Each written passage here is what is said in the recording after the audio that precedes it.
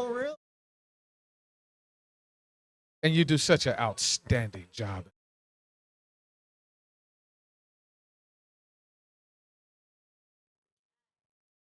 Hey, how y'all doing? How you doing? We're back again at the Waterland Arcade right here in Des Moines. Come on down and check us out. Um, we're shorthanded today. We're operating a skeleton crew. Are we really shorthanded? Well, I mean, it seems like it's been you and I the last does it feel that few way? weeks. Does it feel that way? Like Bogan's here, but he's only here for the In Seahawks. spirit, yeah. well, we gotta love him anyway. It's me, Prim, and my buddy Scott, and we were just having a discussion here as we were getting started. What an eventful bye week. That's an understatement. we have had a bye week that just really you couldn't even guess what was going to happen this week. They made the move to trade Jerome Baker earlier within the last 2-3 weeks. Yeah, they brought Ernest Jones just in, over 2 weeks. and they brought Ernest Jones in, and with that thought process, it was the linebackers just weren't cutting it, I guess. And I don't want to say it to disparage any of the current players on the team, but the production and the results show themselves, obviously, right? Right. So when we look at it, we got rid of Baker, and then they turned around and they brought Ernest Jones in, and they took Tyrell Dotson, who was the middle inside linebacker, and they kicked him off to weak side linebacker, right? So he's playing the will, and I guess after that Rams game, He just wasn't having it. I guess he wasn't cutting it either. McDonald said, well, fine.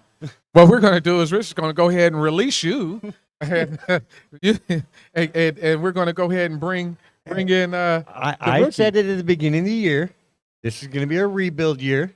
And it looks like halfway through the year, we're just going to start rebuilding now. We're not going to wait. Well, it's funny because when we look at it, when you are a 8-9 team, a 9-8 team, it's not really. It doesn't feel like it's a rebuild, because to get to the just over 500 or just under 500, you have some parts and pieces, and you just need some things to supplement them. Well, it also looks like John Snyder's decided, I need to go ahead and return some of my free agents. It looks like he went back to the customer service desk at Walmart and said, "Hey, will you go ahead and take this Tyrell Dotson back?" Hope because he got a receipt. Well, and see, and here goes the thing. Because Dotson was released on waivers, right? Yep. And picked up, Yep. we are off the hook for the rest of his contract. So, Smart decision. I guess that works out. So it frees up some money. Then the unexpected thing happened yesterday. Connor Williams, and honestly, Scott, can we say that he's been stinking up the joint for at least 2 weeks now, 2 or 3 weeks? Yeah, he keeps tripping the quarterback, just snapping the ball. I think he came into the year thinking, I'm going to give it one last shot. We're going to see how it goes. If I do well, team does well, maybe I'll come back for another year. And he just said, we ain't doing shit. I'm out. Well, and it's funny because, so when we watched that Rams game, right, the clock is running down. Geno is he walked out from under center. He's back in that shotgun position, and the clock is running down, and Geno's head is completely turned, and Williams just snaps the ball for no apparent reason. Like I mean, like I feel like that was him saying, "Hey, maybe it's time for us to retire. Maybe I'm just done with this at this point." Like I said, I think he came into the year thinking, I'm getting to that point. It's time. If the team does well, maybe I'll come back for another season. But we ain't doing well, and he said, "Screw it. I'm old. I'm tired. I'm done." Well, so okay, so again, John Snyder back at the customer service desk with his receipts, returning players Yep. because. Did you see Mike McDonald's comment on it? What was his comment? He said, "Oh, he doesn't want to come to practice. Well, wish you luck." Like he just brushed it aside like it was an everyday thing. But I mean, and at that point, what else can you do? But who are we going to put in? Well, that's a good question. And so when we sit there and we say, well, who's next? It is funny that they're saying that Oluwatimi will be the starter at center.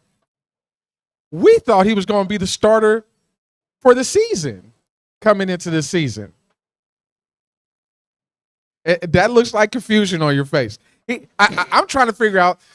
So they go out and they go get Connor Williams, right? Yep. They bring Connor Williams in to be the starter. They pay Connor Williams the money that they paid him, and he retires. The next question we were having at that point was the rookie who was in spring camp and in summer camp was Jason Sundell, who was I think he was from North Dakota. He was the center, I think so. And he was dominating. He was dominant in his preparation. He was dominant in his ability to snap the ball, to get off of blocks, and be able to block and all that. To do his job. To do his job, right? But they were like, he's a rookie. Do we really want to do that? And we've already spent the money on Connor Williams. So third guy that was on the depth chart, and the previous week in LA wasn't even on the active roster, was Oluwatimi. Right. So when we look at that situation, we say, well, okay, well, Olu is inactive. Why? How does he go from being inactive, where Sundell was active, jump over Sundell to start now? Did something over the bye week change the way that the organization felt about Oluwatimi? I don't know if they changed how they felt, but they all of a sudden had a payroll available. Well, and here's one of the things that I come to find out. They said, and this is, I guess, from McDonald, saying that the reason why Oluwatimi, not Oluwatimi didn't make the active roster last week, but why Sundell did was because of his versatility, his ability to play tackle, guard, or center was the reason that he jumped over Oluwatimi in the actual depth chart for last week or the previous week. So when we look at it, we say, okay, well, are we just cashing in the season at this point? I thought we did that a couple weeks ago. You know what? And I felt like at the time I looked at you, Scott, and I said, this thing is over with. The season is done. After making these changes, and I'm not sure that the changes are for the better, but somewhere I feel like we are having addition by subtraction. And maybe it's some attitudes that need to be changed. Maybe some Common Core math going on. It's Common Core, man. Hey, you know what? Again, with Common Core, if you come to the right answer, it's the right answer no matter what. No matter what. It doesn't make sense how we got to that answer with the Common Core a lot of times. It's still, isn't Common Core still that same thing that none of us parents know how to explain to our kids, and we can't help them at all? I've had 3 kids go through that system, and I still don't understand it. Same here.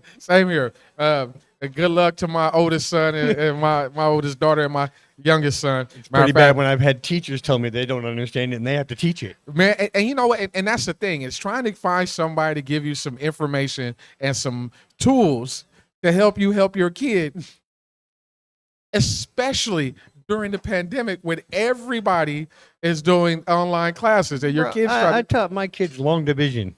Yeah, the regular way. Yeah. Yeah, the I thought regular the way. real math. Yeah, the regular way. PEMDAS. Hey, All right. look, decimals and fractions and all that stuff. That was my thing. But maybe you're right. Maybe John decided to come up with some Common Core math ideas to recoup some of the salary cap.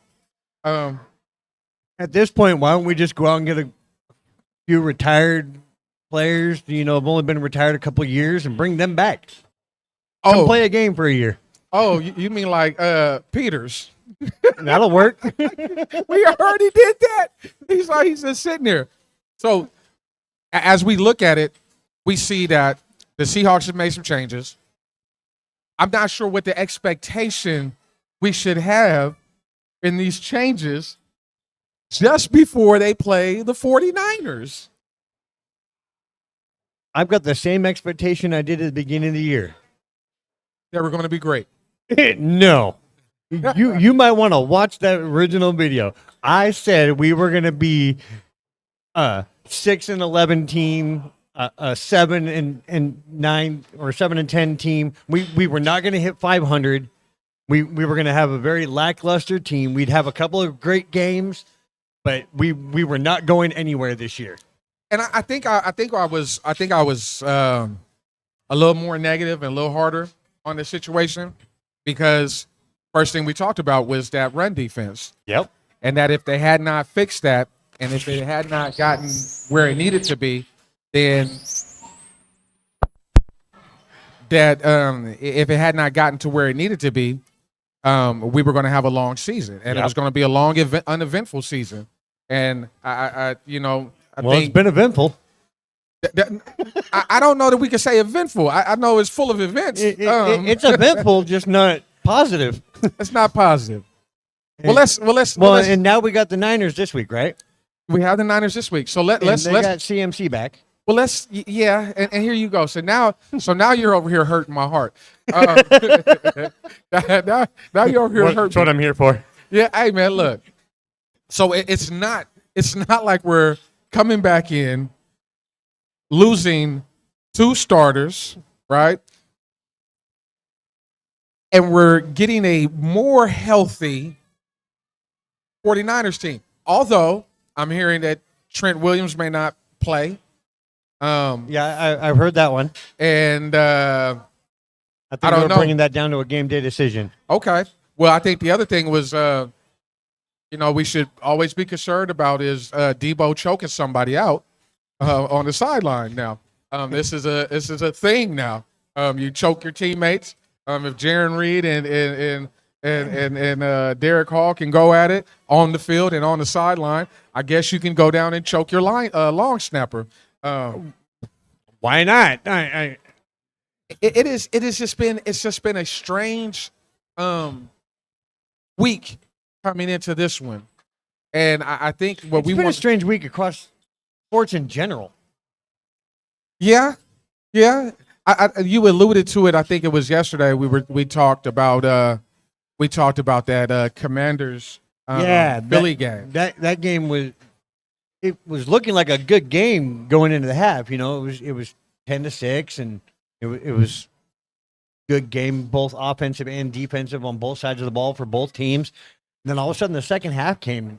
What the hell happened to Washington? They just disappeared off the field and didn't even look like the same team until the last 10 minutes of the game. And that happens with young teams.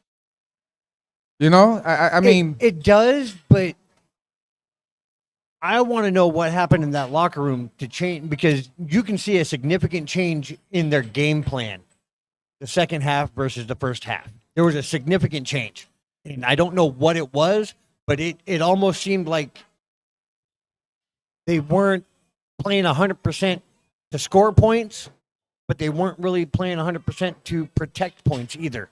They were just kind of out there trying to go through the motions that second half until they realized, oh shit, we've got 10 minutes left. We might want to actually try and score.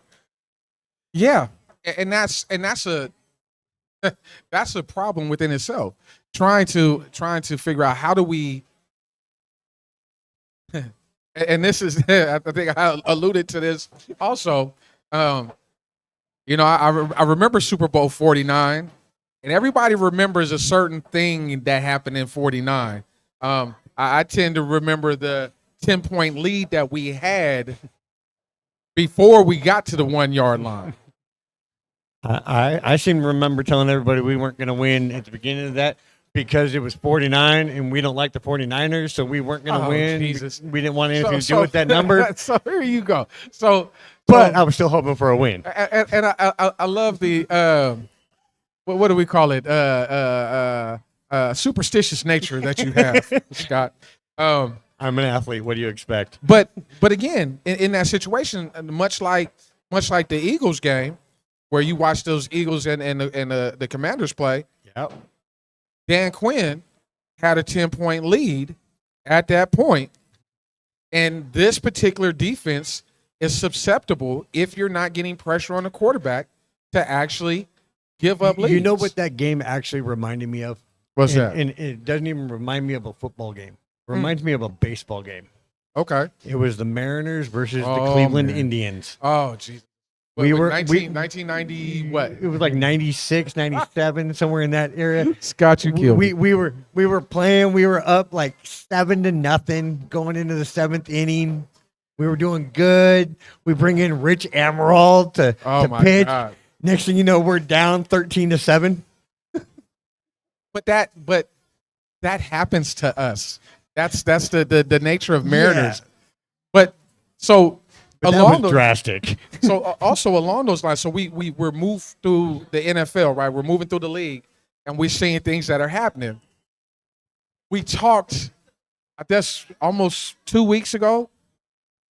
Bogan threw a question out there. He said about Caleb Williams, and the development of Caleb Williams. Is he just not the right guy that they picked? And I remember telling him, I said, hey, well, hold on. They're talking about the wide receiver ain't the right guy either. That's the rookie that are top 10 picks, right? Yeah, we were talking about that. And, well, it was earlier this week that we were talking about the whole Bryce Young and Penix not being developed the way they should be. Right. And everybody's getting blamed. Right. And, yeah, it's – and that's but that's the key. And when we start talking about how we develop quarterbacks and the systems, it's funny because I think they jumped all over Deion's head, Prime's head, when he started talking about where Shador will not play. right. And you see he's also going to have a role in Travis Hunter too, right? Of course. Oh yeah, he flat out said he is going to play the father figure for both of those guys. Oh, of course. And make sure that they get everything that they deserve. Yeah, you have to. And I mean, it's no different than when we start talking about when Eli Manning was coming out way back in the 90s, or it was the early 2000s when they sat there and said Archie came out and said no. He's not going to go to San Diego. And San Diego had to go through a whole mix, and they ended up pretty decent with Drew Brees and LaDainian Tomlinson at the time. But you have to be invested in the development of your players and your player core. All I keep seeing is Justin Fields highlights. And it looks and when I say that, I mean – as Chicago Bears, I'm looking at the Bears, and I'm sitting here looking at the situation. I'm like, their situation doesn't really look any different than the one that Justin Fields walked into when he came in. Which time? This is like the third time it's happened to Justin, isn't it? Well, no. I'm not talking about. I'm talking about the Bears. I'm talking about the Bears specifically. Fields is over here sitting behind Russell Wilson in Pittsburgh now. But the fact that you cannot develop a quarterback, that is a problem, and that's an indictment of your organization. And we talked about it. And I have to apologize, and I don't want to sound like Shane Waldron was the worst person on this planet as a coach, but he was not capable of bringing that development for that particular quarterback. Right. And so when we looked at it, we had to say, okay, well. that bye week. Here we go, another situation. So we find out this Monday morning, that Shane Waldron is fired as the OC. So when we turn around and we watch all these things that are happening across the league, we have to sit here and try to figure out how do we one, find ways to put quarterbacks in better positions, right, when they're coming in as rookies. The question has always been, do we start them or do we sit them, right? I don't know how you feel about it, but to me, I always thought that the best thing that Mahomes had going for him, one, is he had a head coach who knew how to deal with quarterbacks. He also had a head coach who is a great offensive coordinator. He's also dealt with personalities like Brett Favre. He dealt with personalities like Hasselbeck and Kurt Warner, and he dealt with the Mark Brunells out there in Green Bay. Yep. Then he dealt with the Michael Vicks and the Donovan McNabbs. He's got that experience with the high press situations. Right. And so when you look at those situations, you say, okay, well, what did he do when he brought in a rookie quarterback? He sat him. He let him wait, and he let him watch behind Alex Smith the first year. Yep. Alex Smith, realistically, they were throwing Alex Smith away in San Francisco when Andy Reid picked him up. And then we always go back to the situation. We say, well, was it the player that was, and fans do this as we always do, were the players trash? Or was it the system that you put him in was trash? Look at Russell Wilson. When he was a rookie, you brought him into a Seattle situation, right? Yep. You had a solid offensive line at that particular time. Probably the first time in many years. We did have and we haven't had one since then. We had a solid offensive line. We had a great defense. Yeah. Or an emerging great defense. Yeah, there we go. An emerging great defense. And me and Bogan, we argued about this the other day in the break. If Marshawn Lynch was a generational talent, I said yes. He says he didn't see it. I see it. I see it too. But when we look at the situation, we say, okay, so you take Russell Wilson and you just it was like instant oatmeal. Just add hot water, you know? Yep. I mean, everything else was in place for him, right? You can't say that for Caleb Williams. Nope. You definitely can't say that for Bryce Young. Nope. So which other situation could you say that for? Commanders. The Commanders are in a situation where they have pretty much a decent defense. They have an ability to run the ball, and they have a good enough offensive line to allow him to work within that system. So Jaden Daniels is in a better situation, and maybe why he is the quote-unquote better quarterback pick right now. It's a lot that we look at, and we have to remember. Is it where you go? Is it who you are? Is it where you came from?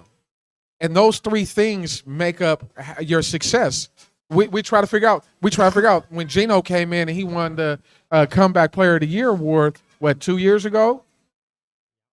We try to figure out, well, what is the difference between Geno's experience in New York, San Diego, and his experience here in Seattle? I think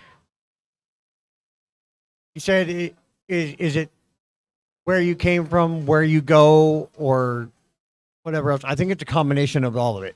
Right. Okay. So you have to have the mentality to take possession of wherever you do go and roll with the punches. You know, you got to be able to adapt yourself as a player. So the best players are able to adapt in the situation. If you're on a great team and you go to a shitty team, you adapt and you make that team better. Right.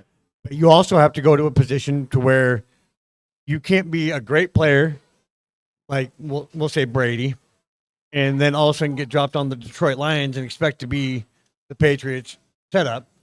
Well, the Brady situation was, I mean, that was the best situation. He was a 6th-round pick, right? So he was already in a situation where Bledsoe was there. Yep. He had a good line, right? the defense, because of Belichick, is always going to be good. Yep. Corey Dillon was the running back at the time for the Patriots. What better situation could you take a Tom Brady and stick him into? You can't. Now, like I said though, take Tom Brady and drop him into Detroit. It won't be the same outcome. Well, okay. So just on that note, okay, Brady, you take him, you put him in Detroit. Remember what Detroit was like at that time. That was that team that went 0 for 16. Right. So you're looking at a guy who could go 0 for 16 playing in Detroit, even though we look at him now and say he was the GOAT.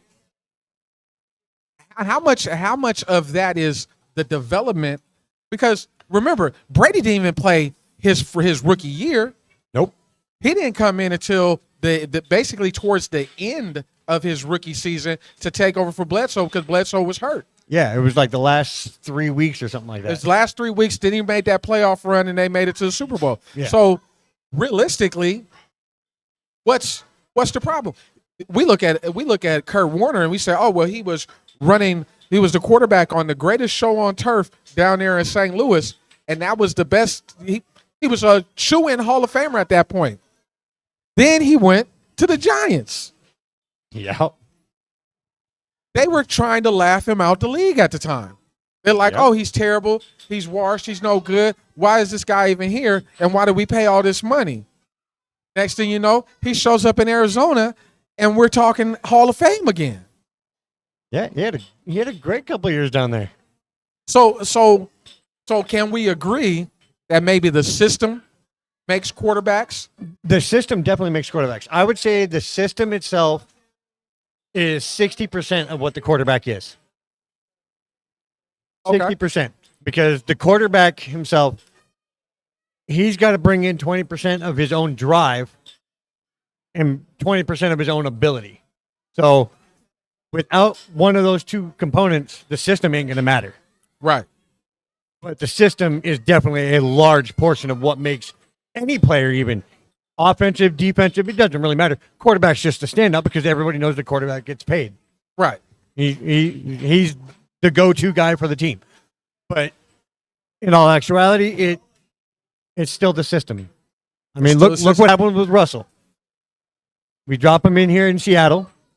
He has a great career. He starts to fumble and goes off to Denver. What happened? Terrible. Terrible situation. And I think we look at Nathaniel Hackett in that situation as the OC, and we say, okay, well, hold on. As the OC, he couldn't figure out that Russell was not that volume passer that he wanted to be, right? Yep. And they could not figure out that there's limitations that Russell had. Well, Quite a few. well, and remember, Russell was begging for them to fire Pete Carroll and John Schneider here in Seattle, right? To bring in Sean Payton. Yep. You get what you asked for in Denver. Yep. Sean Payton says, "Oh, you don't fit my system." I mean, that's essentially the problem that Russell had in Denver. He didn't fit the system that the quarterback, that the coach was trying to implement at the time. Right. He did not fit the system. And like I said, the system is about 60% of what makes the player. And I totally agree with you on that. And I think with in some aspect, when we look at it, we're saying, okay, the organization, the Bears are trying. I believe they're trying to rectify the issue that they're having with Caleb Williams, and they may have just thrown away his first year. I think that's what they've done. And I think what they're doing is they're trying to figure out what type of system they are to develop him properly. I don't think they know what type of system they are at the moment. Well, Eberflus is going to get fired. I mean, let's just be honest. The way that things are set up right now, he was placed in a situation where he had to win now, Yep. and bringing a rookie quarterback in a have to win now situation and not having the veteran quarterback to actually start is a problem. Again, we go back to the Washington model, right? Yep. They have Mariota there. Yep. Mariota's a veteran. Mariota easily, when Daniels went down a few weeks ago, was able to walk in, pick up the pieces, and run that thing like it's supposed to, right? Yes. I mean, Mariota has limitations. He does, but he fits their current system. Right. Right. And Caleb, Jaden Daniels doesn't quite fit the system yet. They're trying to figure out how to get him to fit. Well, Daniels is killing it. Yeah, but the system around him is not. Well, no, they're winning. They're winning. Yeah, they're winning, Caleb but Williams. I think are you're they talking about Caleb truly- Williams. Are they truly winning? Washington? Yeah. Yeah. The record wise, yeah. Yeah, the record wise, it is. But it seems that every game, there's a lot of peaks and valleys of the game for the team. And that's momentum, and momentum shifts. Yeah, but I think it's a little more than momentum. I think there's something going on. They're making minor little changes, and it's making big waves in the system of the game. And I think that's what they're trying to do, is they're trying to limit those waves. And once they limit those waves, I think we'll see a dominant team, not just a winning record team. And I think there's some growing pains when you're dealing with rookie quarterbacks. Yeah. And that's to be understood. Like again, we go back to our situation where we've seen our rookie quarterback, which was Russell Wilson, right? Yep. And he had some inconsistencies at times, but for the most part, he was on money most of the time. But that's because they didn't give him too much to do. Right. They limited him based on his limitations. Correct. Because they found those limitations before they even took him. And I think that's a very important. And They that's hit him very well. Yeah. Thank you, Denver. Well, you hit a lot of issues. The ego and character issues were hidden also with Sierra. Russell. Let me stop. I'm not gonna blame that girl for that. Look, I'm not gonna blame her for it. But if you look at the tape, the minute they announced that they were together is when he stopped playing football. hey, all I know is He let me made the take that away. choice. Let me clean that up before I mess this up.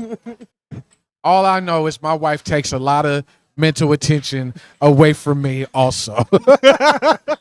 So, in certain situations and in certain things that we deal with, we're always going to be a little bit more Attentive. smitten. Yeah, I get that. I get that. Well, they're working on what? Baby number 7? The Wilson, Keep on going. the Wilsons is becoming the Brady Bunch right now. He's trying to field his own team. Yeah, and I'm not mad at him. I ain't mad at him. So, back to the Connor Williams thing real quick. Yep. And I want to throw this back because this thing reminds me of something that happened with the Mariners twice.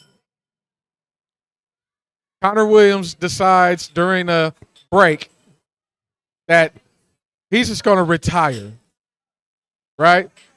Have we ever seen – I'm telling you, I've already answered it.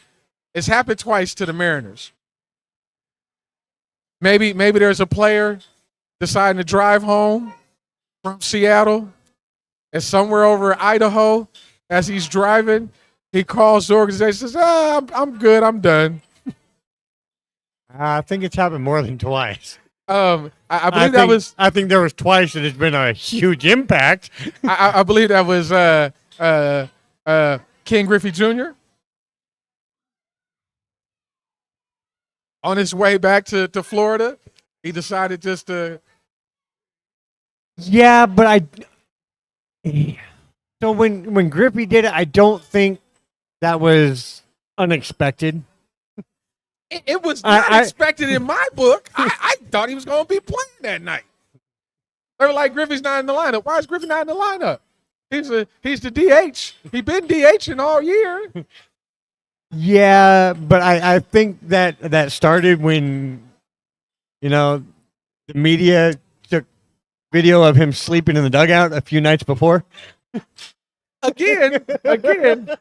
When Connor Williams just grabs the ball and says, forget it, and just hikes it, and nobody's expecting the ball to get hiked. We're ready to take a delay of game at this point. I mean, when you look at it, you're like, okay, hold on. Is this and somebody else a friend of mine reminded me yesterday, I believe it was John Hargrove, the Mariners manager, just said one day, I'm done. I'm good. I don't want to do this no more in the middle of a season. Well, that one I think was kind of wished into fruition because I don't know too many Mariners fans that actually thought Hargrove was. Woo! Hey. Let me. Okay, you say that, but truthfully and honestly, when us as Mariners fans, and matter of Yes. fact, as Seattle fans, Yes. I think the only time that we did not go, when at a hiring, especially for a coach or a manager, was Pete Carroll. Nobody. It didn't seem like a lot of people were excited when Pete Carroll got hired. I actually, when they decided to go with Pete Carroll, I was actually excited. But I was excited for a different reason than most of the people were. Most of the people were like, oh, he was a failed quarterback or coach over in Green Bay or wherever it was. New England, Yeah, New England, and he the did Jets. what, 2 years or whatever? Yep, he was with the Jets and with and then Patriots. went to USC and became this phenomenal coach. And see, when I look at a coach, I don't look at 10 years ago. I look at what's he done in the last 5 or 6. And what Carroll do in the 5 or 6 years prior to becoming a Seahawks coach? Put USC on probation. Well, yeah, he put him on probation, but he also built a very dominant team Yeah. consistently. Yeah. And that's what I was hoping for when he came to Seattle. So I was excited. We were going to finally get a dominant team. And what did we do? We got a dominant team. Yeah. And it's funny because I think sometimes we look at what's happened in this bye week situation. Yeah. The losing Williams.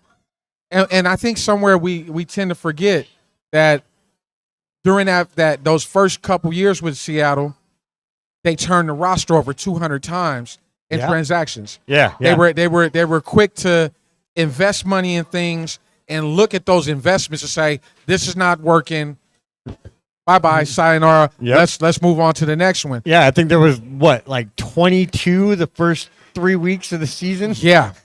I mean, there was – it was funny because I was just talking to another friend, and we were talking about the fact that – and it was funny. People, we have friends. Yes, we do. People other than us that we talk to. But they that in that situation that we had and we had a who's who. We had a who's who of players. We had Braylon Edwards coming in from Cleveland. We had T.O. was here. Yep. We had there was names, and then I think Jameis Winston? No. Oh my goodness, Winslow. Yeah. Winslow Jr. Yeah. Kalen Winslow Jr. was coming in, and that was going to be. We had the receiving core, the tight end. It was going to be all these great places. We had everybody coming in and talking with us. We even had Lindale White for a minute. Yep. And it was like Lindale White didn't stay long enough to have a cup of coffee. You know, it was a lot of different things that seemed to be happening at that point. And I'm thinking that maybe John is going through that process again. I think that's exactly where he's at right now. I think he's realized that we have a team. We have a decent quarterback. I'll give Geno decent. I won't say he's great, but he's not crap. He's a decent quarterback. He's just above average. Yeah. If he had a better offensive line, I think he would be a little higher than that. I think he'd probably be closer to the, top 12. I mean, the way he's throwing the ball right now, if we and He's number 5. I guess if we and this is the most ignorant statement I ever hear people say.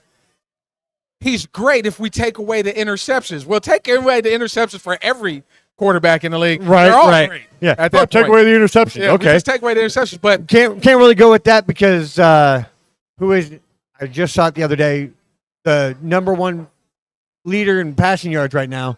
He's got 7 interceptions this year, but he's still throwing for 2,700 yards. so again, take away the interceptions. He's now what, over 3,500? But then we can look back and we can look at the backup here in Seattle, Sam Howell, and we'd be like, oh, well, look at his record last year. If you took away the interceptions, yeah, those take 20, away the fumbles, and John Elway was a great quarterback. Yeah. Oh well, so was Dave Craig. If you get rid of fumbles, Hey, he didn't fumble. He just threw the ball backwards. Dave Craig had hands smaller than mine, and I don't know if you can see that, but them is tiny joints. You got tiny hands. You just got lanky fingers. Look, you got tiny palms. Well, let me make sure we understand. I'm a grown man with some hands that ain't necessarily that big. But look, so what we're gonna do is, I think we'll take our break. Okay. And we'll be back. And here's what I want to talk about. What are we talking about? Are we going to talk about last night, or are we going to talk about? I'm thinking last night is worth being discussed. We can talk about that. I mean, hey, look, I just remember being a kid in the 80s and 90s where you paid $139.99. Come on for pay-per-view to watch it. And then you sat there for 4.5 hours to watch all the fights. And the last one came up, and everybody was super stoked, and 13 seconds later, the fight was over. Nah. and it was fun. Okay, so I was just telling my wife this. I said, back in the day, we would sit down and we would watch the Tyson fight, and people would be like, oh, well, Tyson's fighting. We're going to end up having a pay-per-view. It's $80 or it's $100. Man, come on in. Bring a bottle. Right? Bring a bottle, yep. and it's $10 at the door per head or $5 per head at the door. Yeah, right? Split up that pay-per-view cost. Yeah, but you came in 2 or 3 minutes late. You missed the whole fight. But you still had to give up your $10, and hopefully you don't wake up with a hangover because you missed your, you know what I'm saying? It was, last night was so hyped up. It was amazing. So let's take our break. Let's get back into this conversation about last night's festivities, Scott. I think you might have some good takes on it. I have some interesting takes on it. But again, we're down here at the Waterland Arcade, down here in Des Moines. This is Marina View Drive. Is that what this is? Man, no, Des Moines Memorial Drive. Is this Des Moines Memorial? Okay. Marina View Drive. See, I knew this. Thank you. So I don't come here. The same road to me. Well, you just come down here. That's You don't like know where you're going. Pack Highway. It's Pack Highway up until 1 street. No, this is not Pack Boulevard. Highway. This is Marina View Drive. Come on down and see us. It's the main road in Des Moines. Yes, come on, see us. We'll be back in here real quick. We're gonna talk about last night. All right, thank you.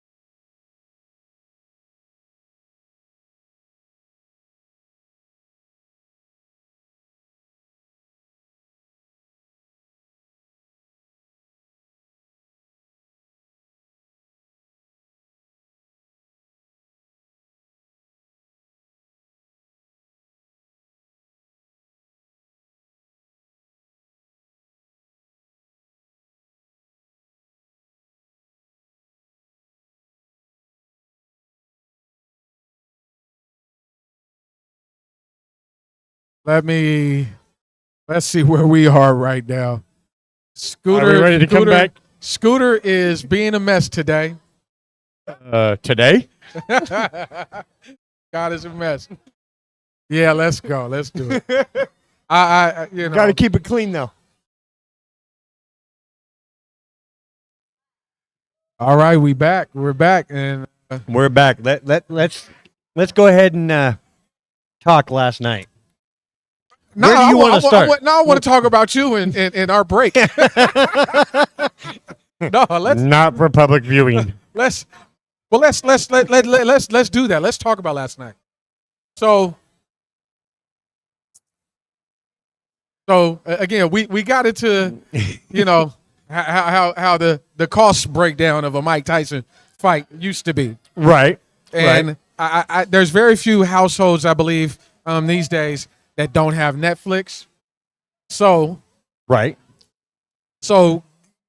or if you don't have Netflix account of your own, you know somebody that has a Netflix account. So, what you think, man? I think Netflix, Jake Paul, and Mike Tyson were all in cahoots.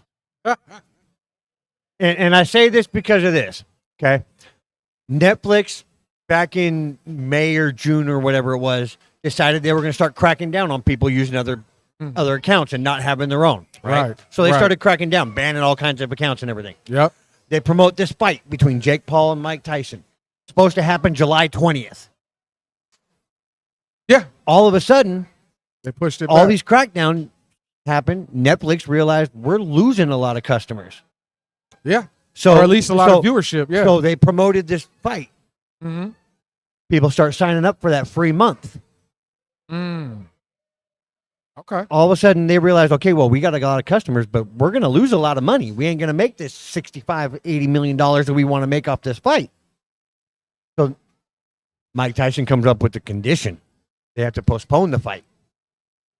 So now we're trying to Now they're negating that free month membership that you get when you first sign up for Netflix. So now, here we are in November. Now everybody kept their Netflix because they wanted to wait and see when the fight was going to happen. So now they've made their money. Mike Tyson and Jake Paul. Jake Paul, I will never, ever say that man is a boxer.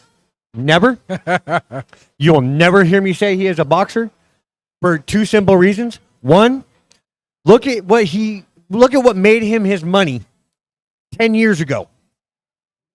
He was a 17-year-old, scrawny little boy doing funky dance videos in his apartment bedroom. Is that what he did? Yes. Okay. He was doing stupid little dances to funky songs, and that's what made him famous. He was the YouTube TikTok dude before TikTok was kicking and talking. He was YouTube / I think it was called Musical.ly, and before that it was called something else. Oh my God. That's where Logan and Jake came from, was that Musical.ly YouTube beginning. They were the Island Boys. Yeah, pretty much. Yeah, I'm an Island Boy. So he's good at that. So he knows how to promote. But he could take a punch. Can he? It looked like he took a couple last night. He did take a couple, but if you really watch those fights, that fight last night, Mike was not fighting. My wife, she Mike came out that first round and looked like he was gonna put on a fight. My wife, she is very insightful. I give her credit. Even with her lack of sports knowledge, still love you. But she saw when Mike came out, and she's watching the Jake and Logan car ride down to the arena. Yeah, that was a joke. And she was like, "Oh, well, what is this?" And then she seen Mike come out, and she's like, "Oh God, he looks old." Yeah, he looked like he was coming out of a nursing home. Old Mike Tyson, not old Mike Tyson. Right. Yeah, he looked like that that dude that get off my lawn yesterday. Yeah, and the sad thing is, the whole night long, you were watching all the promotions for the fight, right? You're watching the clips of his trainings and how he was throwing hands quick, knocking over his trainer. And I'm looking at those clips, and I'm thinking like, where was that mic in the ring? because so the thing that got alluded to, I think, was Roy Jones' first thing that he said was his legs don't look right. Yeah, after that first punch he took, his legs. He said his legs just don't look right. No, they look weak. Yeah, and I think he said his legs didn't look like that when they fought 4 years ago. Nope. And 4 years is an eternity, right? It is. Especially in any sports. But Yeah, in any sport, 4 years will take a toll on you. yeah, he but even in those clips, his legs didn't look like that. Not at all. Like you'd see he was sure-footed. He was standing tall. He would come in and he'd throw 6, 7, 8, 9 punch combos, and they were quick. Now, see, Scott, I would assume, and this would just be my assumption of you, is that you think that they set up the Super Bowl every year for a particular team. No, I don't. So you're think, not that conspiratorial. No, Okay. I listen to conspiracies. I don't necessarily believe them. So, do you think we got scammed into thinking that this was going to be a better fight than what we actually got? I think the public got scammed into thinking this was actually going to be Legit a fight. Okay. I think up until the first bell, the public thought there was actually going to be at least some of a fight. Whether it was only going to be one round of actual fighting or it was going to be a quick fight or what. Everybody thought there was actually going to be some fight. I was kind of There hoping, was no fight in that game. Man, look, I was hoping that maybe Tyson was trying to rope-a-dope him, or maybe there was, but I didn't see any of that normal fire that you get from Mike when he's serious about fighting. I saw 2, maybe 3 glimpses of the old Mike. Like that first round, when he first came out, and he landed those first couple combos, and then started ducking and weaving, and he was dodging, and he was leading into Paul. But Paul spent the first 2 rounds running. Right. And that so within that, and I remember listening to the corner man saying, why are you not cutting off the ring, cutting off the corners? Yep. Because he's running, but you're not cutting him off to you could get a position where you could just go ahead and let loose and let him have it. Right? Right. So with that being the case, there's that. But then again, But that's I think that was probably a mental mistake that he wasn't doing that.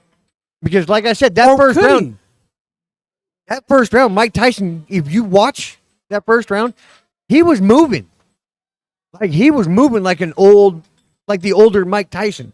Not necessarily like, the 27-year-old Mike Tyson, but he was moving and he was ducking and weaving and he was moving like the videos were showing he was going to move. He had footwork. Then he got that first punch landed. All of a sudden, he realized, I don't know if I really wanted to fight.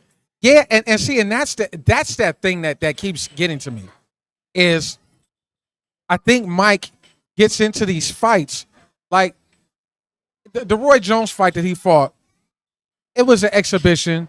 And it was for a charity thing. Yeah, it was for a charity thing. And nobody was going to get hurt. Nobody was going to get knocked out. That one was planned that nobody was going to get hurt. It was just going to, we were going to come out, we're going to box a couple rounds, we're going to throw a few punches, but we're pretty much just going to dance.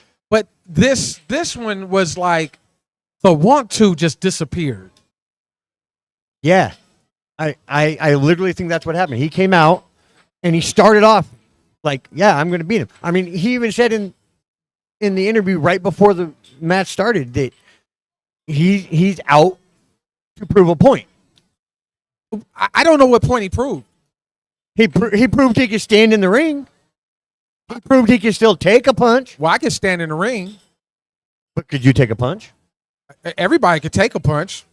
Don't mean that we're going to get up from it, but he could Right. take it. And that's, I think that's what he was trying to prove, is that at 58 years old, he can still stand in the ring and take a punch and stay standing. Mike Tyson at any age has nothing to prove to any of us. And he said it. He said it. He said this was for himself. He said that. He said that. He said it was he for was himself. proving to himself that he could still do it. Yeah. But like now, you said, once he got in that ring, it seemed to go away, and it dissipated. And I think it quickly dissipated. Well, and I think that when we watch him, he watches a lot of old film of older fighters and boxers from different eras and generations. I think one of the things is he wants to see if he still has those type of skills that he could actually trade punches and do the moving and then, other than being that brawler that he's always been in the past. Right. So let's take that fight and let's set that one to the side. Okay. The undercard, I believe, was interesting. You mean the side headliner, the women's match? Well, the women's match was interesting, and the Barrios and Ramos fight was interesting too. Yeah, that was a good fight. I really enjoyed those two fights. Me and my wife was sitting there, and my son, my son's a quintessential 17-year-old, negative it can be, watching these, thinking he's gonna watch this old dude fight this millennial, and we're watching the ladies' fight starts, and he's like, my wife kept telling me, rewind it back because they just did the interview with Mike Tyson in the locker room. And my son kind of missed it, and my wife was like, "Rewind it, because I want to show him what happened when he walked away." It was the cutout trousers of Mike Tyson. He wasn't wearing nothing but his guard. I don't want to watch that. No, I don't want to see that. No, we're not turning back. And my wife and my son's like, "Well, turn it back. I didn't see. What are we talking about? What you talking about?" My wife's like, "Turn it back." I said, "Man, we're gonna watch this fight. These women's about to fight." My son said, "You ain't really trying to see them ladies fight." And as he said it, I think Katie Taylor, she must have teed off on Amanda Serrano so quickly and hit her with a flurry, and everybody's head jumped and turned to the TV and was like, "Oh, this maybe this is something to watch." That I knew, and I don't watch a whole lot of boxing. I haven't watched boxing probably 10 years. But it's been hard. I do occasionally catch a match, or I catch a glimpse of some fights, and I actually saw Taylor and Serrano's previous fight. Okay. And in that fight, Taylor dominated. Yeah. Like, there was no chance that Taylor was not winning that fight. But this one, I felt Serrano got screwed. Really? Serrano dominated the first half of that bout. The first half of that bout, she dominated. And then once her eye got busted open from that headbutt, right, that's when Taylor started coming back. But she got hit for 4 points. At that point, she should have not won. But this is the key, though. They asked her, "Did you want to continue? If you didn't want to continue, we were going to go to the scorecards and not be a disqualification." And somebody actually would have won at that point because we're in the 6th round. Right. So we had 6 in the books. If you feel like Serrano was winning early, plus the deduction of the point for the headbutt, why did you continue on, Serrano? I think she only did it for one reason. Pride? No. She doesn't want to take that championship because she's trying for this record. right? She's got 7 other championships from the 7 different divisions. So this is the last one she has to get to become undisputed for it. She didn't want it to be a cut short fight. She wanted it to go either she was going to knock out Taylor or it was going to come down to a card at the end of the round. She knew she was ahead at that point. But if you take that into the calculus, if that's what she was looking for, is that win, right? Is the win to get that extra belt. Right. She would have walked away with that belt after the 6th round because of the headbutt. Right. But so why? Because we're in an era of asterisk sports. What is that? Asterisk sports. Okay. Barry Bonds holds the Oh. single season home run record, right? Okay. But in the record books, what's right there next to that 72? Asterisks. I got you. So we are in the history of asterisk sports. She didn't want to have an asterisk on that ring. Next to her win. Right. She wanted it to come down to the full bout, and she either knocked her out or she won off of a full bout decision.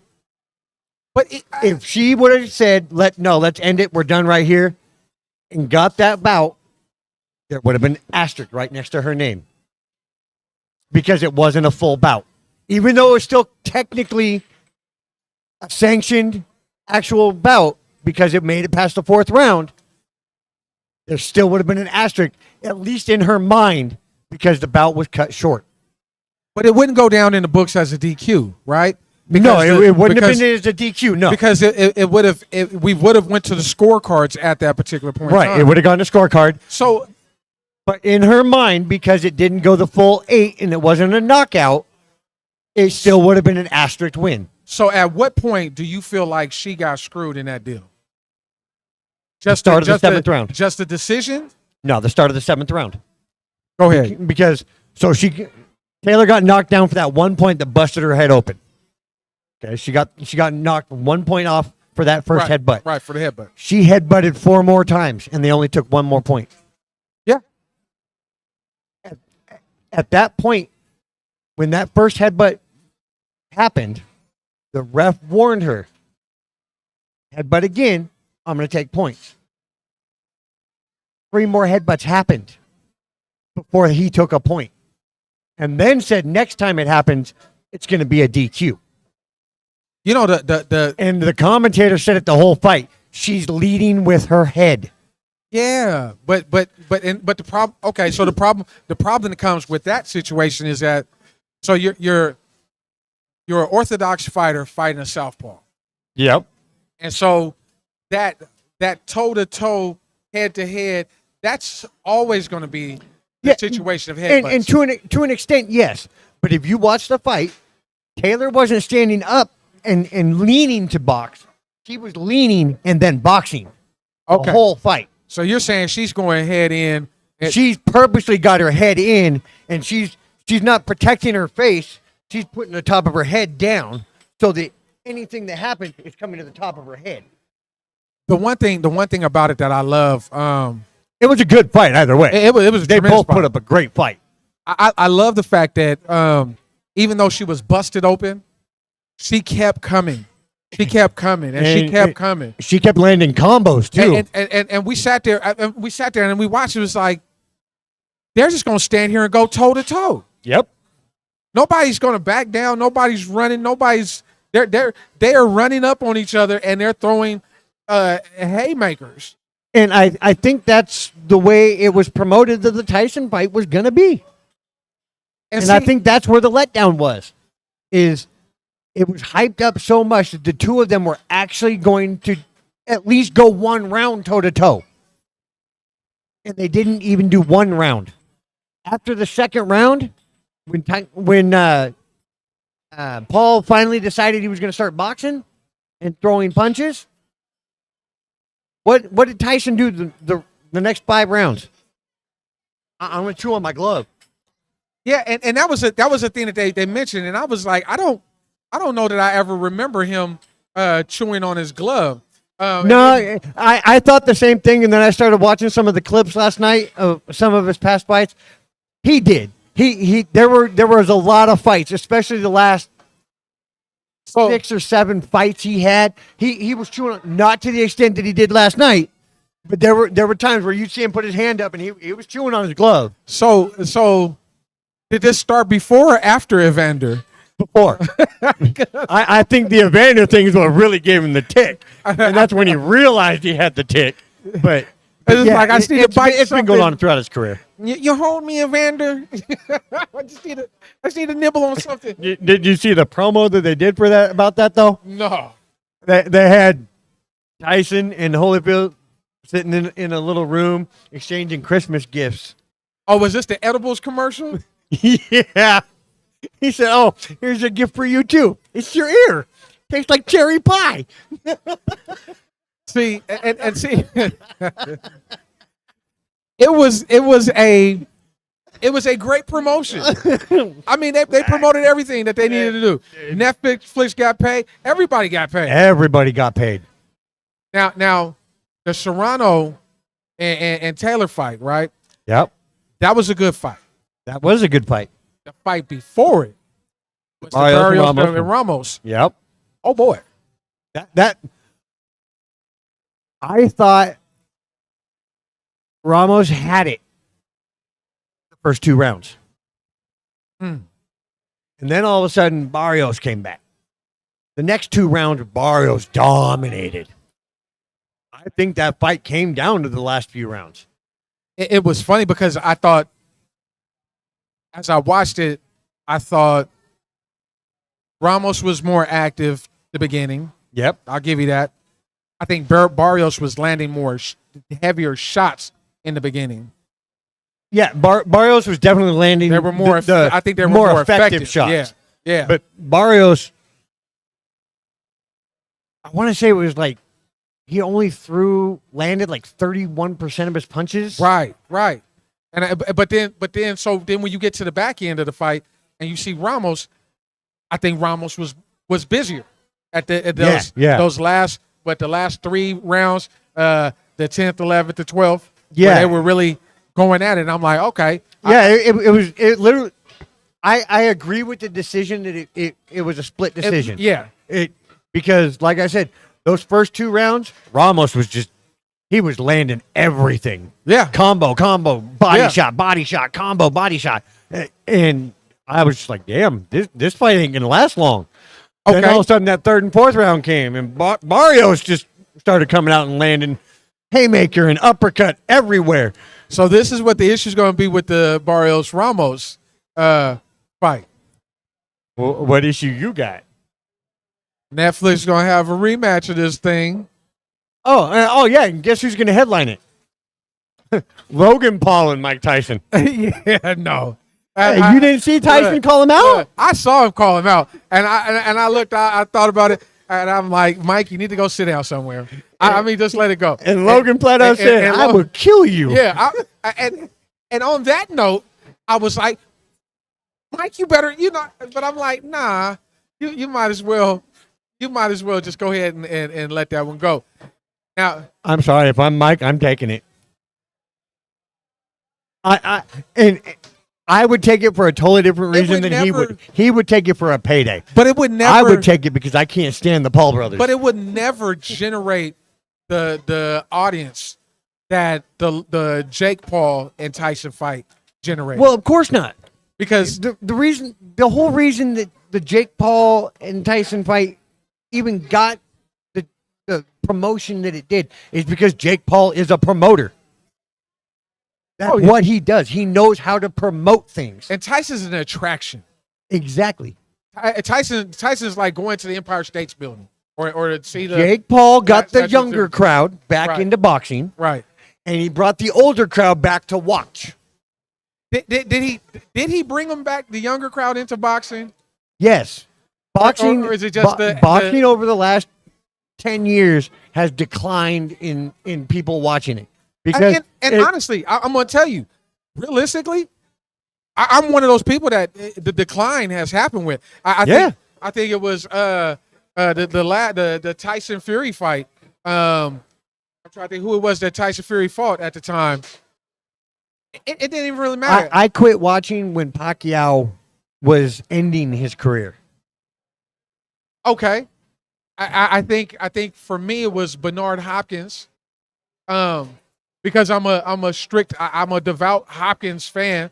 I love the headbutt, elbow, forearm, that he threw. Traditional boxing. Yeah, traditional dirty boxing. Not this. We can't get hurt boxing. Yeah, I've never, and that's the thing. Everybody talks about Floyd. Everybody says Floyd's one of the greatest fighters. I'll give him that. I just never could get into that type Floyd of fight. is a great fighter, but Floyd, like Jake Paul, who did Floyd ever fight in their prime? And there you go, and there you go, and there you go, and I think he fought Hopkins. Did he fight Hopkins on the way out? Yeah, Um, on the way out. He didn't fight anybody. I mean, the same could be said, and so I'm not a Floyd fan, Me neither. but as much as I'm not a Floyd fan, I'm not a Jones fan, a Roy Jones fan either, because I didn't really see the same issue is I didn't really see Jones fight anybody with a name, and the reason being, I think James Toney was probably the only person that I remember that Roy actually fought at that time that was, I never could get into Roy's, again, when we talk about Floyd, you talk about Roy, their talent and their skill set, amazing. Correct. Amazing, phenomenal. I just think that the opponents and the matchups, and I guess if you're in a division where you don't have those matchups or you don't have those contenders, then it's hard to sit here and nitpick what you don't have.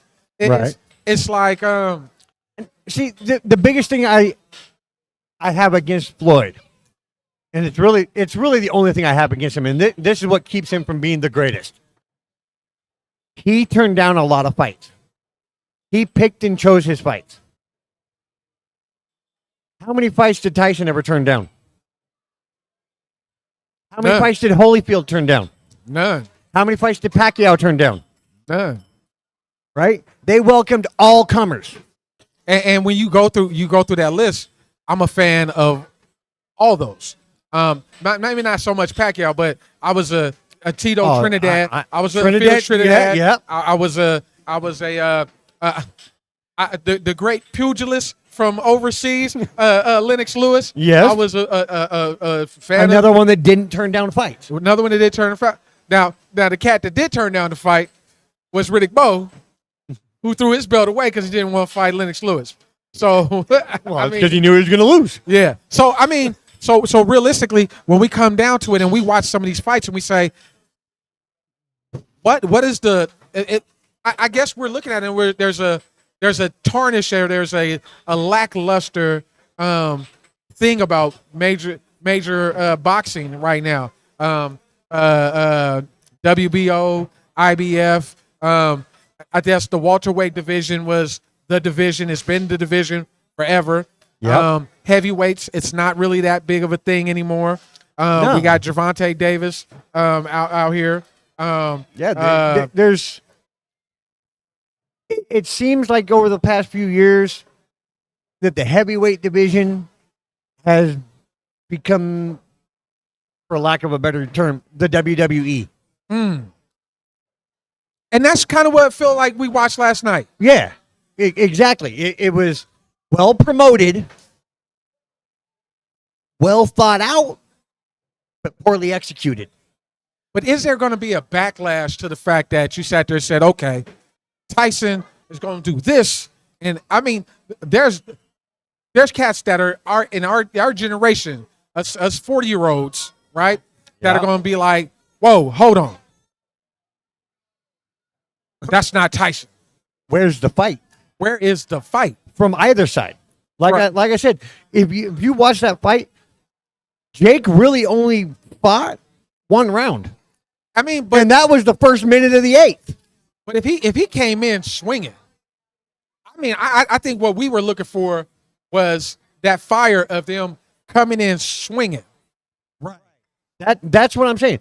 They promoted it like that fight was going to come out, and they were going to both come out swinging, and then someone was just going to get tired and be done.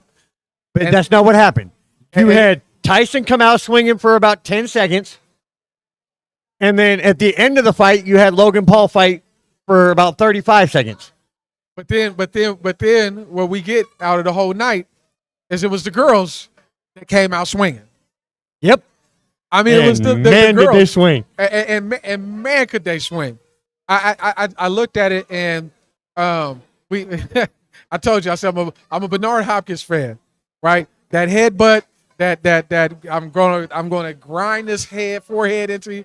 See that's one thing. When you're clutched up and you're grinding that forehead, that's one thing. But when you're leading with your head and you come in, your head hits her eye the way that did. No, that's not boxing. Hey, but that's purposeful. That's no. You're right. It's not boxing.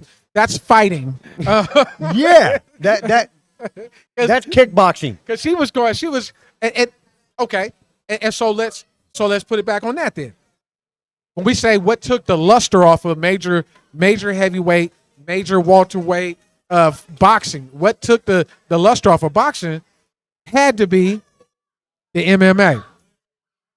Yeah, that's exactly what it was. The MMA when Dana White started the MMA, he got into that because boxing was starting to fall.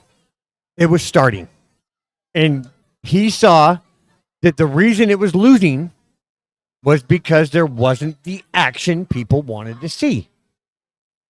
You would either have one guy come out and dominate, or one guy would dominate a round, and then the next guy would dominate a couple rounds, and it was a lot of back and forth. There wasn't a whole lot of action from both sides. So he decided, well, let's see what happens here. He went to a few judo matches and a few karate matches and saw there's action from both sides. I can promote this. And he created it. And beyond just punching, you get kicking, flipping, and you get choking, grappling. You it's a combination of everything. Everything. And I will say I watched a lot of MMA when it first broke onto the open stage. And yeah, I have friends that have gone into it. They've told me it sucks. Well, my training for that sucks. My son was telling me, he said John Jones is back.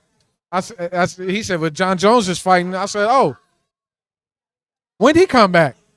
Because last time I heard, I thought he was suspended for cocaine or something, or he right? was I mean, like, those guys are a different breed of athlete than what we're looking at from boxers today, right? Yeah. Because it's like we look at the WWE, and there's those Stone Cold Steve Austins, and he cracked the can of beer at the end of the fight. Who was the boy? Was it Diego Corrales, or one of them guys used to smoke cigarettes at the end of the fights or drink beers? I mean, we watched eras of boxing where there was the Undertakers and even The Rock was a character. Right.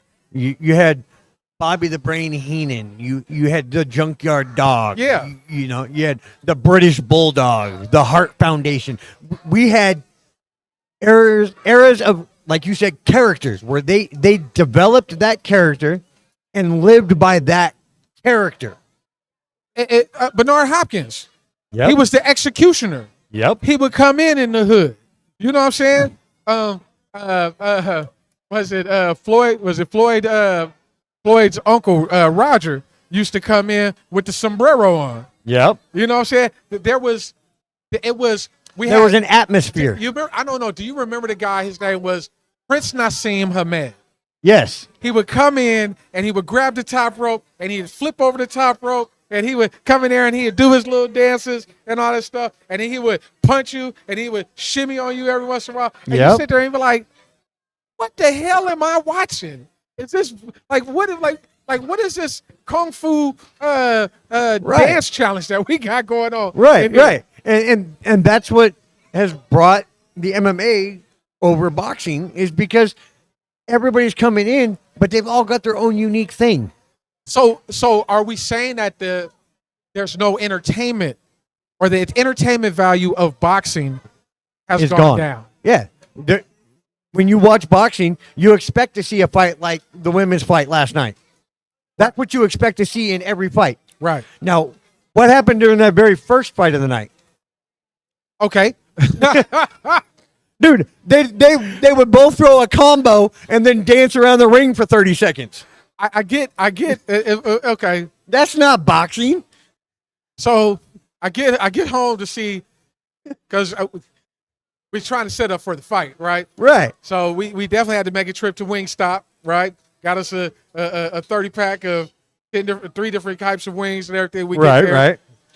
So we get home, and I think I get home just in time to see. I don't remember what the young man's name was, but he's the one that didn't have the braids, humping on the other dude in the corner. Yeah. I'm like, what is going on? Right? Like, what is this? He said, this fight's boring. I'm going to do something entertaining. And again, here we go. It's the entertainment, or the shock value over the actual product in the ring. So we take that fight and throw it. So we could take the first and last fights, throw them away. And would you said that you got your money's worth with the Ramos Barrios and the Serrano Taylor fight? Yes. Those 2 fights were worth the price of admission alone. Those 2 fights. Let's say Netflix didn't have that and you had to pay a pay-per-view. Then somebody I know has one of them boxes. Let's just say we're going to somebody's house. You didn't have Netflix promoting this fight, right? And it was on HBO like it used to be back in the day. Just regular HBO or pay-per-view? Pay-per-view. $59.95, $89.95, whatever. That means it'll be on next week. Yeah, it'll be on next week. For free. But everybody's already talked about it. You heard what happened, so you ain't even going to watch it anyway when it's free. Oh, no, I go back and watch. Oh, would you? Yeah, I go back and watch. I feel that those 2 fights, those 2 middle card fights, were worth what I would have paid for a pay-per-view. I would have been extremely pissed off. I think I would have been more pissed off if you had paid for that. If I had paid for it with the Paul and Tyson being the head card. Yeah. Just as much as that guy that came in 2 minutes too late to watch the Tyson fight back in the 90s. Yeah, I'm pissed. I missed it. Why? Because you thought the round was going to make it 2 rounds. No. Iron Mike ain't making it past the 3rd round, bro. Remember, this used to happen too, right? Back in the day. So you watching it, everybody gets ready for the Tyson fight, and that dude whose house it is, his girl's in the house. She's making bean dip, and she's got the artichoke dip and all the kind of stuff going on. Yep. Nachos and 7-Leg, and she's got the spread out. And for some reason, he and her, when the fight gets ready to start, get into an argument. Always. Right? And they're arguing, and everybody turns around to kind of see what's happening. And you hear, oh, and that goes down goes Spinks. Right? Right. And you be like, what? We missed the whole fight. And the fight's over. What? We missed the whole fight. Yeah, and now you got to wait till next week to watch it for free because you missed out on that 30 seconds. But we were expecting. I know I was. I thought. I think for me, I think the tarnish or the shine on Tyson, the luster that was on Tyson, is gone. I think so. I think so. I think so. I honestly, Mike Tyson stands 5'10", 220. I'm not gonna sit here and say, "Oh, I fight Mike Tyson." Trust me, I'm not. I ain't taking a but punch from him. at 5'8" and 210, 215, 220, myself, I'm not gonna let Mike talk to me any old kind of way now. Yeah. I just feel like realistically, if you're gonna let that boy do you like that, you ain't gonna talk to me any old kind of way. And see, part. I'm just I- saying, I- is that going to be the feeling that people have that Mike? I think that's the way these younger generation is going to feel about it. I think the older generation, there's like a reverence. us, There's a reverence for him. right? We still want to see him be who he was, Right. and I think that's part of our problem is we're still holding him up to that pedestal from when he was in his 20s and 30s, and just dominating everybody that came into the ring. But we also have to look at that point in his life, he was having a lot of problems outside with his personal life. Oh yeah. He was having problems with his wife. He was having problems with his kids. He was And having problems with money. Before the fight Yeah. last night, he was talking about he's in a good place with himself and his family now. Yeah. When he said that, I knew that fight wasn't going to be what we all expected. The minute he said that, because he's got nothing to fight for. He's just proving it to himself. It used to be he was trying to prove it to everybody else. Yeah. And I think that's what caused a lot of his problems. But now that he doesn't have those problems, he just wanted to prove that he can still stand in a fight and take a punch and stay standing. So we see a lot of reels now and clips of Mike Tyson where he's doing interviews and he's talking to people, and sometimes he just snaps. Yeah. And he'll say something wild to somebody like who are you, like he gets attitude and angry. And I'm what I'm saying is at this particular point in time for me, if I'm talking to Mike Tyson and doing an interview with Mike Tyson, I'm not the roughest, toughest dude there is. But Mike, you ain't just gonna talk to me greasy either. Right. I've seen what that boy did to you last week. He lost his credibility.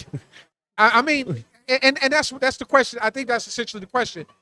The credibility of being the baddest man on the planet, is that gone now? I think so. I think so too. I think he's still a bad man, and no, I am not going to step toe to toe with that man.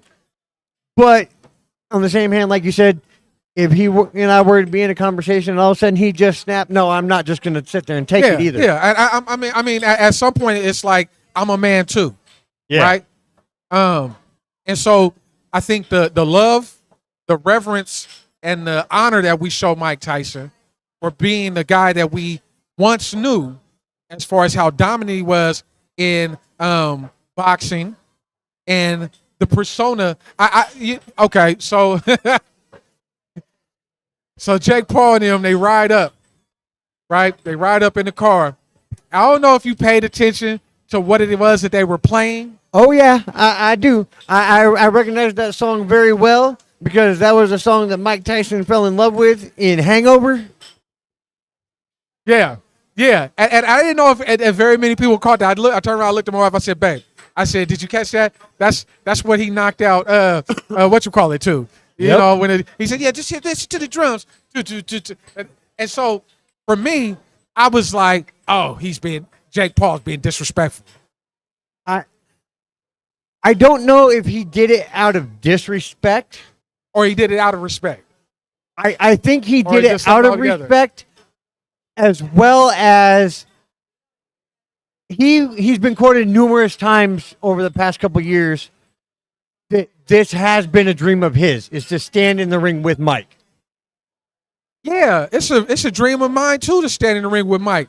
Not with gloves on, though. Right. But that's usually a nightmare. So that song does reiterate that he's been dreaming about that for a long time. Yeah. So in one aspect, I think it was kind of a culmination of his dream finally coming to fruition. But in the other aspect, I think it was a nod to Tyson in general. Right. Because look at the respect that he did have for Tyson at the end of the fight. Of course. There's still 30 seconds left, and he drops his gloves, and he's bowing and showing, hey, respect. You were able to stand toe-to-toe with me, even though you didn't really stand toe-to-toe with each other at all. No. But he did show a lot of respect. But that's I believe that's the sham of the whole deal. Yep. Is that even for all the respect, I don't think that it was very respectful that they put on that kind of show. I agree. I actually find it to be very disrespectful and dishonoring that you actually got up here and you wasted our time with this mess. Yeah, you promoted this to be a fight, not an exhibition. Right. You thought that it was going to be a sanctioned fight. This was a league sanctioned fight. Right. So, in that fact, you should have given us a fight. Whether Jake Paul comes out and just thoroughly dominates Mike Tyson or vice versa, I wouldn't have cared either way. But the way that fight went down, that was horrific. It was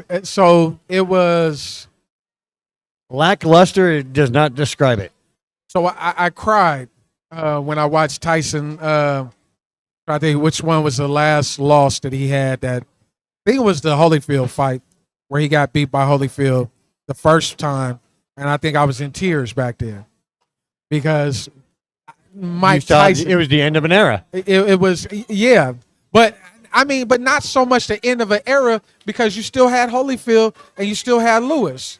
Yeah, but But we grew up in that era that Tyson was the guy. right. So he fought 11 fights under the belt, 12 fights under the belt, something like that, before he finally lost. Before he lost to Buster Douglas. Yeah. Yeah, I believe it. So yeah. he had that belt for a while. Oh yeah. So we Undisputed. came to know that belt belonged to him. Right. Unified. Right. Unify all the belts. There was no doubt about it. You wanted a belt, you had to go through Tyson. You had to go see So Tyson. when he started losing, we were seeing the end of an era. Now, Foreman came up, Holyfield came up, Douglas came up, Lewis came up, but those weren't eras. How many of them actually kept the belt for more than a couple matches? I think Lewis was the one. He kept it the longest. I think Lewis was the one that again, when I had to tell my wife, that, hey man, let me just throw this out. I keep saying my wife all the time, that's my best friend. That's my partner in crime. That's the way it's supposed to be. That's who we we do all the fights. We watch the fights. We watch the football. We do all the baseball. Right. 9 times out of 10, if you catch me, it's gonna catch me with her.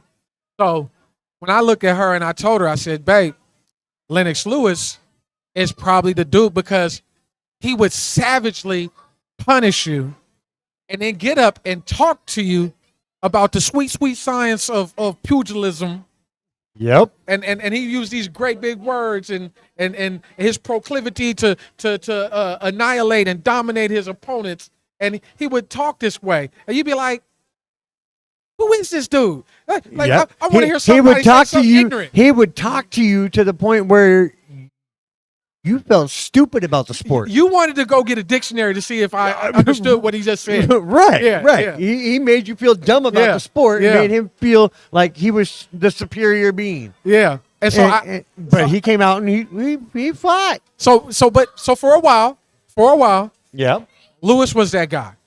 And I think mainly Lewis was that guy because I think during that era he cleaned up and picked up all those titles while Tyson was in jail and suspended, right? So he couldn't fight a sanctioned fight anywhere.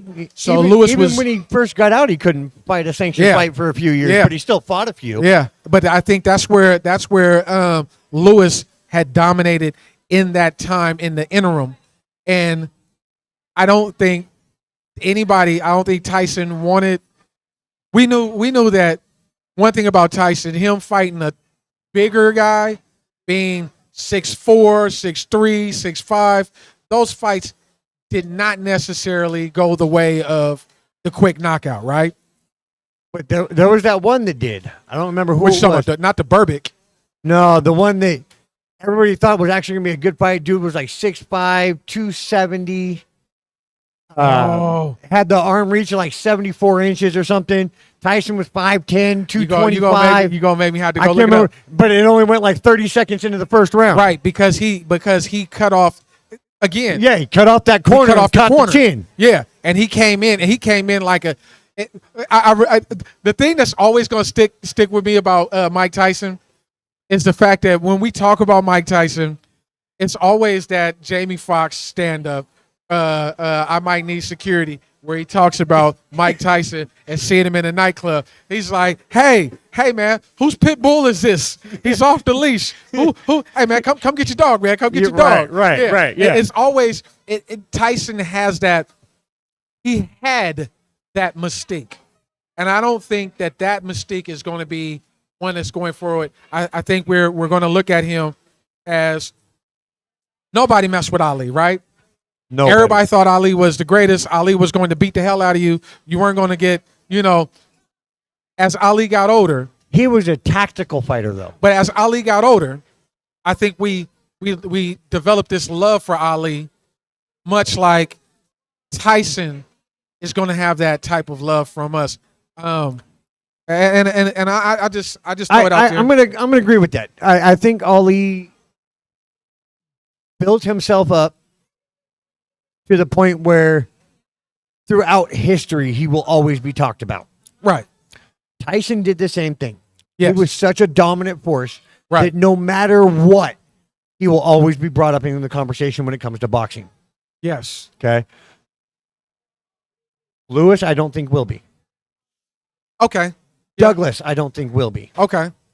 Holyfield will be only when they talk about Tyson biting his ear off. Well, then Douglas gets that for being the first one to beat Tyson. Right. So but they won't be brought up for what they accomplished. There will never. So when we say Ali, the next thing that we say is Joe Frazier.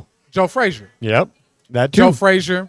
We'll talk about George Foreman, and his grill. Talk about that. I can't box no more, so I'm going to make a grill for your house. Yeah. But when we talk about them, we say, hey, these are some of the greatest fighters, those knockout kings, right? Yep. We'll talk about and let me not miss this. The Sugar Ray Leonards. Yep. The Marvin Haglers. The Roberto Sugar Ray Leonard Durans. and Lewis. The Roy Joneses. Yep. The Floyd Mayweathers. Yeah, however we feel they'll about be brought those. up, but when it comes to conversations like we have in football, everybody talks about the GOAT being Peyton Peyton and Tom Brady. You got the two of them. They get tossed around. Eli Manning gets tossed in there once in a while. And Joe Montana. Joe Montana gets thrown in there. Right. Brett Favre. Johnny Unitas gets thrown in there. The prototype. You've got these guys will always be brought up in that conversation. But let me if we start talking about the GOATs of boxing, you're not going to hear Holyfield and Douglas and Foreman. Hold on. Let me throw this one out there. So when we talk about the GOATs of boxing, I will be remiss, and I feel like I've done myself a disservice with my own boxing knowledge, not to mention Sugar Ray Robinson, who fought over 200. Let me take that back. He had over 200 wins. And over 100 some odd by knockout. Yeah.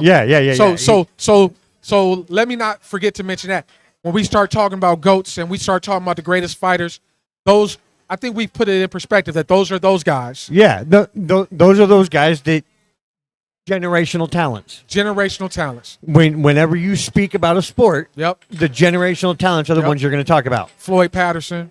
Yeah. And so we're at the point where we get ready to wrap up, but this week, man, it's been a wild one. So let me ask you this: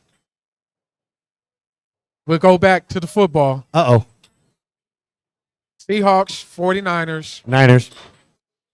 Give me the score. 24-17. Oh, that's nice. That's nice. And I say 17 because I have this feeling that the defense is going to get a pick six. I don't know why, but I just the way the defense for the Hawks has been the last couple of weeks, I have this feeling that we are going to get a pick six this week. I'm going to call it upset, and I don't know why. Because you're a Seahawk fan. I know. I'm the quintessential homer. I mean, I'm a Seahawk fan too, but I I'm a realistic Seahawk fan. I am too most days, and it's funny. I said since we've been started talking about we've been doing this podcast, I find myself falling further and further into our fandom, more so than any other time, because I want to defend them. I guess. Right. And I get that. But You're the I've same been way that- with the but I- Seahawks as I am with the Mariners. You but I've always been- want to defend them. You have But to I've been defend them. probably the most savage on them on this podcast because you can't stop the run, you can't do this. I think with some of the things, I'm looking for addition by subtraction in this situation this week, and I'm going to go 42-31 Seattle. You're going to make it a high scoring game, huh? Yeah. Ooh. I don't know.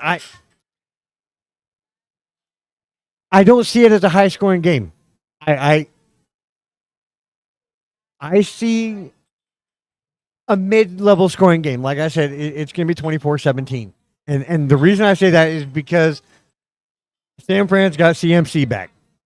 We have a problem stopping the run. I don't think so. We've had a problem stopping CMC. I don't think so. Really? I think that, again, the addition by subtraction is the fact that you're taking a player like Dotson, you've got rid of Baker, you brought in Jones, you're taking the green dot. I see where you're going with it. I think the defense is Which is why I think we've gotten better. But we historically have had a problem with CMC. yeah, and everybody has. Right. So And to be, we're trying to come back off of it being a weak defensive line that can't stop a run and facing a fresh CMC that we've already had trouble with in the past. if we can hold him to 80 yards rushing, If we can hold them less than 100 yards, we'll win that game. then that's what I'm going. I don't think we will. I'm going with 80 yards rushing or less as a key to winning. Got to hold him. The reason why I say it's going to be more of a passing game or a high-scoring game is because I think our DBs sometimes are susceptible. And again, addition by subtraction, right? The injuries that happen on that back end and that secondary actually may have brought something back that might be worth seeing. From the Jarek Reeds to the Kobe Bryants, being able to be that this team has gotten drastically younger from the back seven. Yes, it has. And I like how you mentioned Kobe Bryant. I look at Kobe Bryant, the way he's played the last few games that he's played, looks like Cam Chancellor in the beginning. Physical. Very physical, not afraid to hit you. And when he does hit you, he's hitting you like he's a freight train. Granted, he's a 180-pound freight train, not the 225 freight train. He's about two. I think he's working to get up there. He's two. He's at least two. I got to give him at least two. I don't know. I think we'll look at it. I think he's two with his pads on. We'll look at it. We'll give you the stats next week. But realistically, man, I have a feeling. I think and he maybe gets that's the pick just me six. being a homer. I'm just a homer, and I think we might pull it out. And if there is a must-win game this season, this is it. Oh yeah, this is definitely the must. This is the must-win. If we don't win this game, we might as well just lose out and hope for a great draft pick. I don't think we have that in us. But all right, we're gonna wrap it up. We're down here at the Waterland. Come check us out. We have such a good time down here. It's what'd you say? It's $15. Yeah, $15. All you can play. All you can play. Open till midnight. 11. Open to 11. Open till 11. Man, and you know what? I again, I told you. I said my and wife. they do karaoke I told one you- day a week, and I told you. all My kinds of other wife, Scott. My wife. She's scared. She's scared to come down here and see me on this air hockey. I keep telling this air hockey table's down here, and it's Calling her out, huh? It looks like something she can't handle. She don't want it. She don't want it. She's scared. I think she just doesn't want to show you up.